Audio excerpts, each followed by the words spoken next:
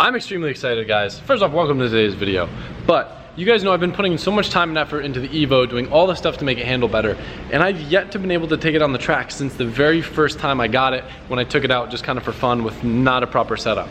So today is going to be the final track prep before I take it to Limerock. Now you guys might remember the last time I was headed to Limerock, I blew it up the day before, so hopefully all goes as planned and I actually get to turn some laps in it, because I'm curious, especially having done laps there with the Porsche, where it stacks up for lap times too. So the first thing that I'm going to do on this thing is a little bit of a preventative mod that will be very helpful at the track, and then we're going to head over and go get a proper race alignment with Charlie. One thing that this car has been missing that should have been on it since day one, but I've been waiting to order one, is a catch can. Having a built engine, it's not ideal to just be running the factory PCV system, which really consists of this little line that goes back into the intake. So if we are getting blow by, we're just sucking it right back in, and then the little one in the back of the head as well. As always, MA Performance had my back, and they got me set up with what they recommended. It's actually an Evo 8 catch can kit that's made by Radium. So we're gonna unbox the stuff, see what we got. I know I might have to do a little bit of modification to make it work on the 5, but I'm guessing it should be simple, maybe just a few little bracket mods. So I actually haven't done any research on the specific kit yet, but it seems to be pretty cool. It's actually got dual canisters. These things are really nice too. They come with a little dipstick so you can see if you're full or not.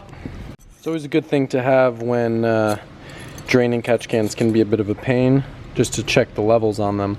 I don't know if I'll get a lot of blow by in this engine or not.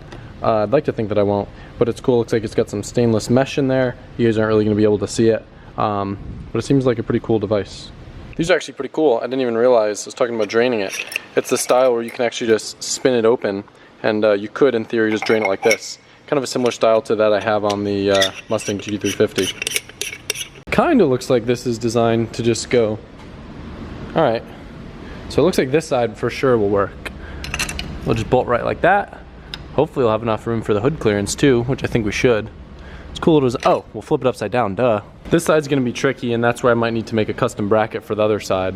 But here we've got plenty of room, and it should just mount right down here, all nice like. So, be nice tucked and out of the way, and then I'll rig something up for the other one. If I wanna make myself sound like a hypocrite even more, we've actually got petcock drain kits too for these.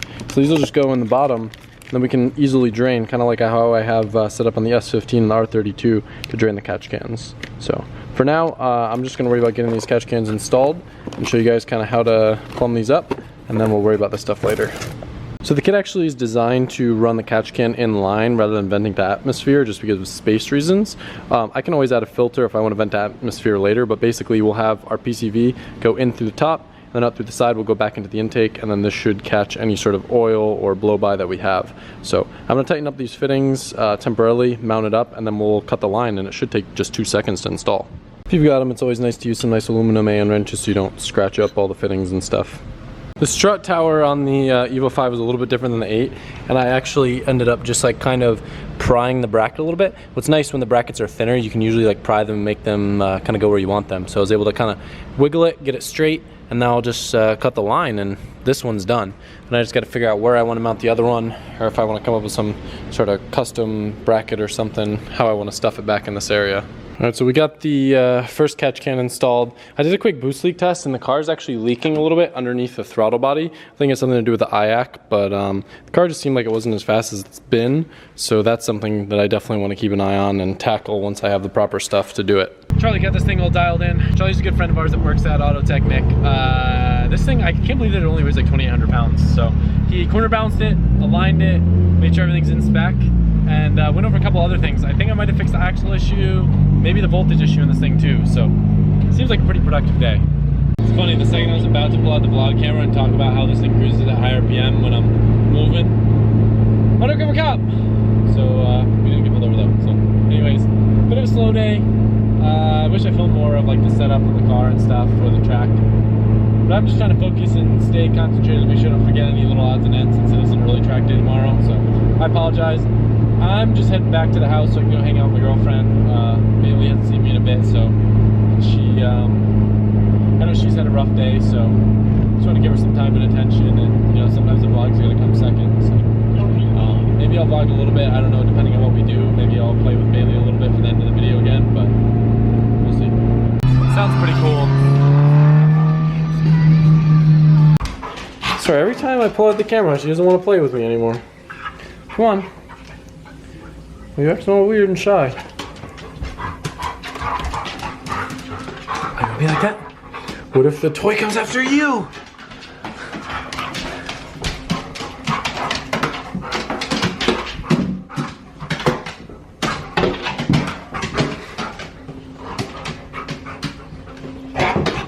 Today's the day that I've been so eagerly awaiting. We're headed to Limerock. I'm about to rip up the old Evo 5. Tommy's gonna meet me up there and he's gonna hang out, maybe film some outside clips. But it's a driver's club day, which is like a private club thing, and they're letting me drive today for a little bit. So I wanna see what the Evo's gonna put down for some lap time. So finally I get to take it out there. She wants it. Oh, she saw the camera. Ready, Ty? Ready.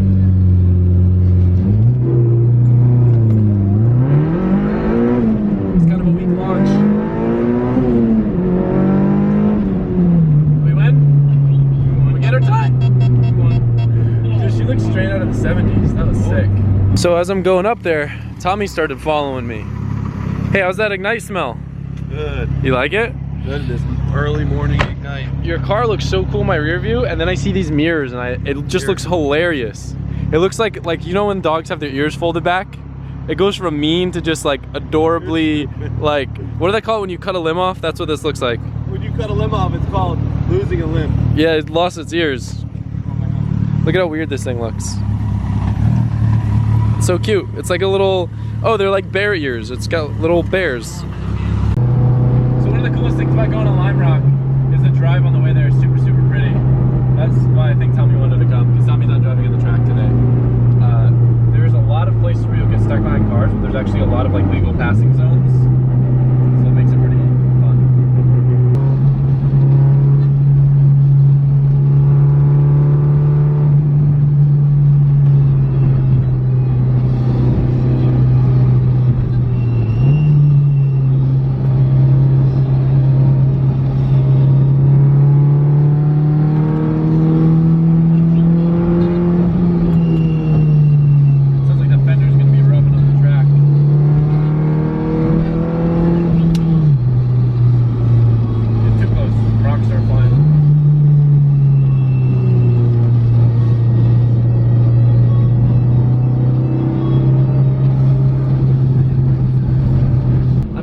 Even with a quieter exhaust, I'm gonna get thrown off track for being too loud. So I'm hoping with a few laps that I get in. My two goals: one, to set a sub 1 minute lap.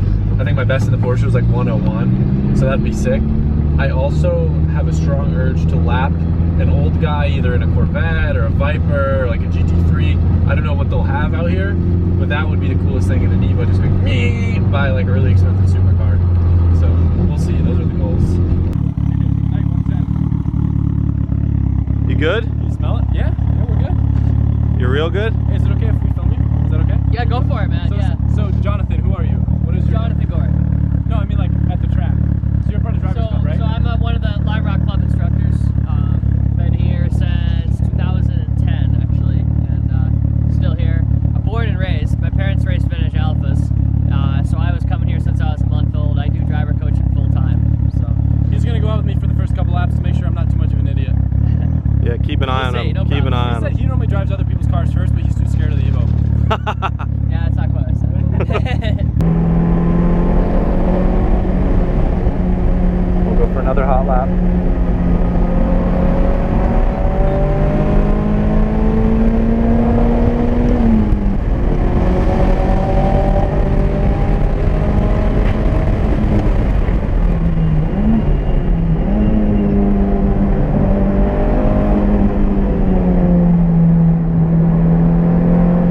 I can be carrying a lot more speed through there. Gotta work on my inputs on this car. It's not as easy as the Porsche.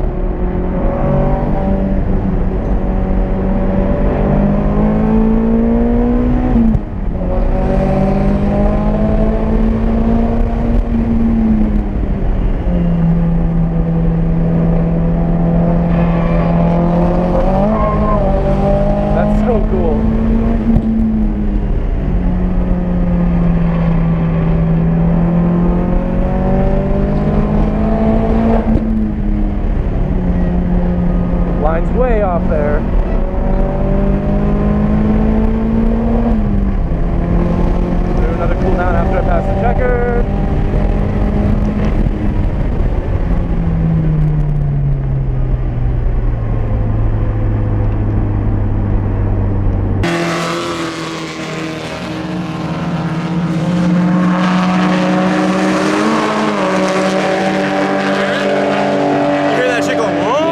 Zoomed in on my face. Zoomed way in. Brake traction for like 15 feet. It's sick.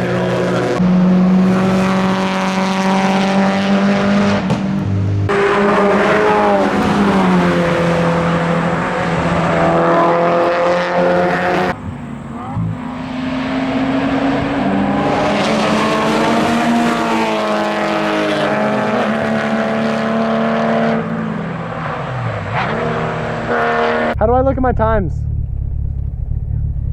I like mine better. Mine just displays them as I'm going. There's a way to change it. I just don't know how to use it yet. How'd you do? How'd it feel? It felt much better. I started doing one hot lap and then one cool down lap, and it felt a lot better about that. You did a 102. Let me see. Wait, hold on. I gotta make sure. There's your times. Your 5th lap was a 102. Your 2nd was a 10. He ran a 102. 102. I'm doing 135. What? I'm doing 134. That's your top. Yeah, I definitely think there's room to like shave another 2 seconds. Getting below the minute mark is going to be hard, but I do think that's already faster than I've run in the Porsche. Yeah. Didn't I do like a 104 in the Porsche? I think you did a 101, you said, or maybe 102 actually. I'm over braking into every corner. This thing I noticed that here. This thing's terrifying with trail braking. Yep, it'll rotate hard. I know. Do that. It's fun. Even if you're braking in a straight line, it still feels like it wants to over rotate. There's a way to fix that. Shit. There's a way to fix that with your suspension. Really? Because I was having that issue with the Miata, and I called the guys from Toge Factory, and they told me what to do. There's a way to fix that with your suspension. Being a new build and all, I'm a little bit nervous and I'm not as focused on my line as I should be. There's just so much weird stuff going on with the car. I was getting some low voltage stuff that it made me kind of nervous, and then Tommy reminded me that I have a standalone with a bunch of safeties on this thing. So a little bit less nervous because of that. Little understeery, been playing with the tire pressure, lowered it down a little bit in the front and softened the dampening. See if that helps a little bit. This thing's just pretty terrifying on this track, it's so fast. The audio kind of sucked on my GoPro with wind noise and everything, so I thought I would do the voiceover thing like I did last time. Towards the end of the session, I started getting a little bit more comfortable with braking later. I don't really feel like my ABS worked that well, which is kind of weird, but the biggest problem I had with the car, even though I was able to brake a little bit later, I still had to brake earlier than I would have wanted to because it was so understeery. I don't know if you'll be able to tell here, but the car is just straight plowing through this corner. So hopefully that's something I can figure out with setup later. But the car is able to carry a ton of speed and feels great on the a little bit wider corners, but the understeer is just terrible. So, especially here too, coming up the hill, it's just understeer, understeer, understeer, understeer, and the compression kind of gives it enough grip to go. But we were cooking, doing like 135 on the main straight, just constantly maxing out that speedo. Here's another area where it was just super understeery. Definitely a terrifying car to drive around the track. Suspension-wise, felt great. No real rubbing. Brakes felt pretty good. They did get a little hot, but I mean, look at the speedo in this clip. It's just maxed out. So I would kind of do like one hot lap, then I would do a cool down, then I'd do another hot lap just because I don't really have a lot of gauges and I was getting nervous with my voltage issue.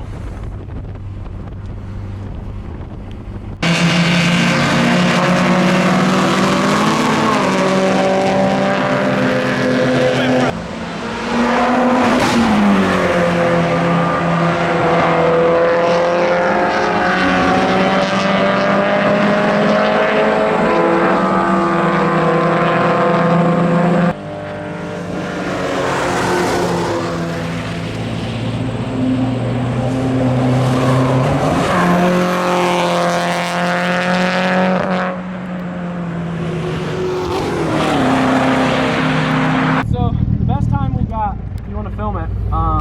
101.16 at 135. Here, I'll film it real quick. There you go. That's a good time.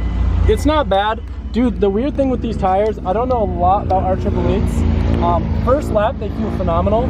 Second lap, I mean, I should know this from Initial D. On the all-wheel drive cars, the front ones get super greasy. Yep. And it just like understeered everywhere. So maybe that's something I'll have to visit with suspension. But the car's having a lot of voltage issues. The alternator was recently changed, and me and Tommy are concerned that maybe because it's not OEM, it's like having issues. It's made funny noises and stuff, but the voltage loss is getting so bad now that the car's starting to break up. Initially, I didn't even want to drive it, but Tommy reminded me that I do have a standalone on this car with fail-safes. But I believe it was starting to fuel cut or lean cut or something, because when the voltage gets low, the fuel pressure is not pumping enough fuel and the car starts going lean, which is really, really bad. And I just don't want to push it much more, but I'm satisfied. I think it's given me more room to figure out what's going on. By the way, Tommy, I don't think ABS works on this car. You don't? I laid into it on that gotta and try just locked them all up. Oh, okay. So it locked all 4 up? Yeah, there was a lot more room to brake than I was initially. But this car is just very challenging to drive. The Porsche is point and shoot, and this one is just kind of, you gotta have some finesse to get it to exactly what you want it to. A lot of weight transfer and... Turn your key on, see if the ABS light comes on with the key. All the lights come on with the key. Is there an ABS light? Yeah. That's weird. So the ABS light is functioning. Yeah. That's crazy. But yeah, no, I'm super, super happy that I got to take it out. I have to give a massive thank you to the Drivers Club at Limerock, where you can be a member and then you can come out here for all these sessions and stuff, and they were kind enough to let me squeeze in with my Evo. I've been begging for a while ever since I blew it up, but I don't know, how'd it look out there, Tommy? It looks sick. We got some good clips. Yeah, I mean, this thing is definitely still the fastest on the mountain, but it's definitely the fastest on Limerock. That's confirmed. So this thing really shines on the lower speed stuff. Yeah. The higher speed stuff, it starts to get a little terrifying. I mean, doing 135 in this thing is... Yeah, it's not fun. I'm pretty sure, I'll have to go back and look at the footage, I ran a faster lap in this than the Porsche. That'll be cool to see. So, anyway. If that's not a definition of an electrical issue, I don't know what is. Look at my tack. That is very weird. So I'm just gonna wrap up the video here. Pretty happy with how the Evo did. I'm kind of curious to see what you guys thought of it based on the footage. I'm just really stressing because of the alternator issue. I don't know what's going on, but the car's like losing voltage. Luckily I have a jump pack with me, so I don't really want to drive until that's figured out. And I really got to figure out the understeering issue. But other than that, I'm pretty impressed with it. What'd you think? It did sick. Yeah. So like you were bummed, but like 2 hour long session, that granted you weren't out there an hour, with really no issues, you're able to drive it at least to barbecue? Yeah. You win. You're not wrong. I'm curious whether it's a tire issue or these just don't like heat. Speaking of which, my pressure's pretty low. I probably should have pumped them up after the track. I don't know if it's a tire thing or an alignment thing, but overall though, I still think it's not bad. It was a good time. It was sick. It looked sick. How'd it sound? Sounded sick. Cool. Give me something else. Well, I'm kind of in a weird mood, so I think I'm gonna wrap up the video here. But I'll see you guys tomorrow. Oh, I forgot to tell you guys, I melted my center caps in the front. There's so much heat that the plastic tabs that hold them in melted and they fell out. So we found one, but I'll get more, and then for the track, I'll just have to make note to take out my center caps. It's hilarious. That sucks, but whatever. I guess now I know why racing wheels don't have center caps. The SLs don't even come with like place to put them. I know. So anyway, that's it, guys, and I'll see you tomorrow. Bonus footage for the end of the video. We've broken down now 4 times, been running off different jump packs and stuff. This time, we decided to go across the street to the Dagwoods, get a Shirley Temple to go. And let's see what Mr. Tom has to say about it. We went to the Dagwoods to go get some drinks. What'd you get? The Shirley Temple. Dang. Yeah, I go in there, I'm like, I'd like a drink to go. They go, that's not legal in our state. The Shirley Temple. You want the alcohol? No, I want a Shirley Temple. Oh, they thought you wanted alcohol. Yeah. It's not legal. Yeah, I look like a guy that would do Shirley Temple? You do look like a guy. Did you bring another battery too, or just that thing? Is it charged? Better be. Fully charged. You passed 2 auto parts stores on your way back, just in case. Alright, we're gonna run out the jumper cable. Good luck. Get the f out of here. Alternator. Does it? Your AC actually sucks in this thing. Dude, if you stop, like something's wrong with the fan or it's okay right now. So good luck. Seems like you're always having trouble with the fans, huh? You're my biggest fan.